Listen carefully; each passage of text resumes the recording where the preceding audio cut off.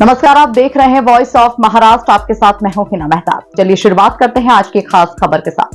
BJP सांसद वैजयंत जय पांडा के नेतृत्व में एक सर्वदलीय प्रतिनिधि मंडल ने सऊदी अरब का दौरा कर भारत की ओर से महत्वपूर्ण मुद्दों को मजबूती से उठाया।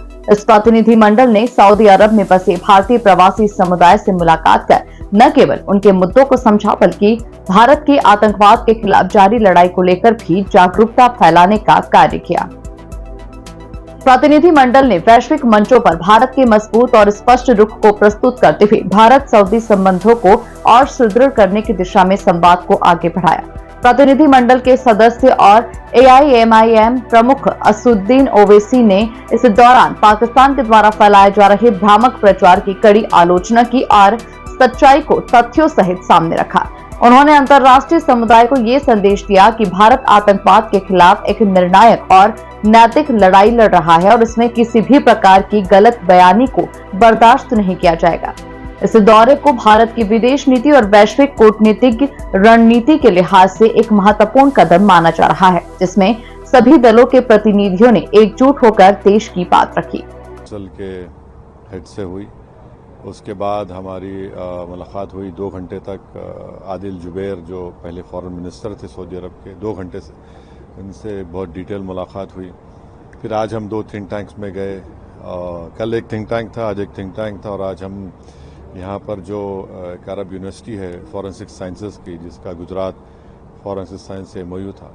तो इस ट्रिप में अगर आप देखेंगे तो सबसे पहली बात यह है कि किंगडम ऑफ सऊदी अरेबिया में 27 लाख लोग भारत के यहाँ पर रहते हैं, काम करते हैं, और जो हमारा जो फॉरेन एक्सचेंज हर भारत का नागरिक जाता है देश को, उसका एक बहुत बड़ा हिस्सा किंगडम ऑफ सऊदी अरेबिया से जाता है।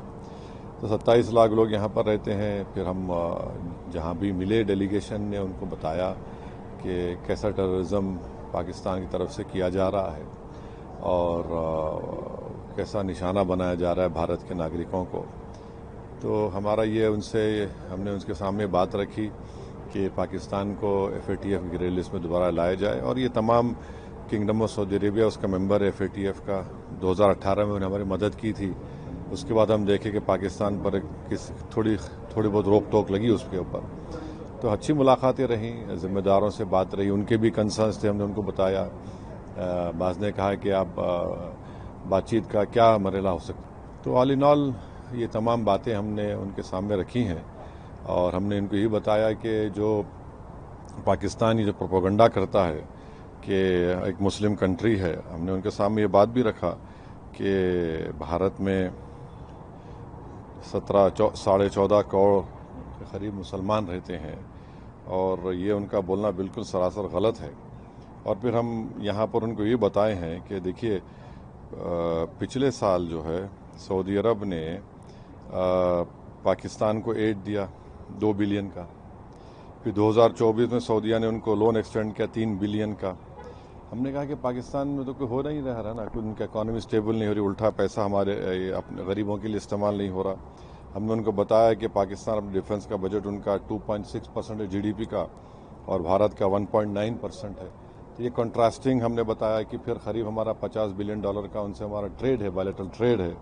और फिर हमने उस पाकिस्तान के प्रोपेगेंडे का मैंने उसको बताया कि इस्लामिक यूनिवर्सिटी मदीना में है, और वहाँ पर जो प्रॉफेट मोहम्मद सल्लल्लाहु अलैहि वसल्लम की सीरत पर जो किताब पढ़ी जाती है, उसका नाम रहीक़ुल मख्तूम है।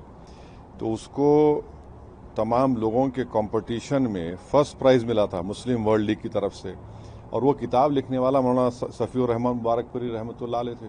आज उनकी किताब पढ़ाई जाती है वहाँ पर। तो ऐसे कई भारत में जो हमारे उलेमा हैं, चाहे वो बरेलवी मसलक के हों, देवबंदी मसलक के हों, अहले हदीस हों, अहले तशी हों, इन उलमाओं का कोई मुकाबला पाकिस्तान के उलमा नहीं कर सकते।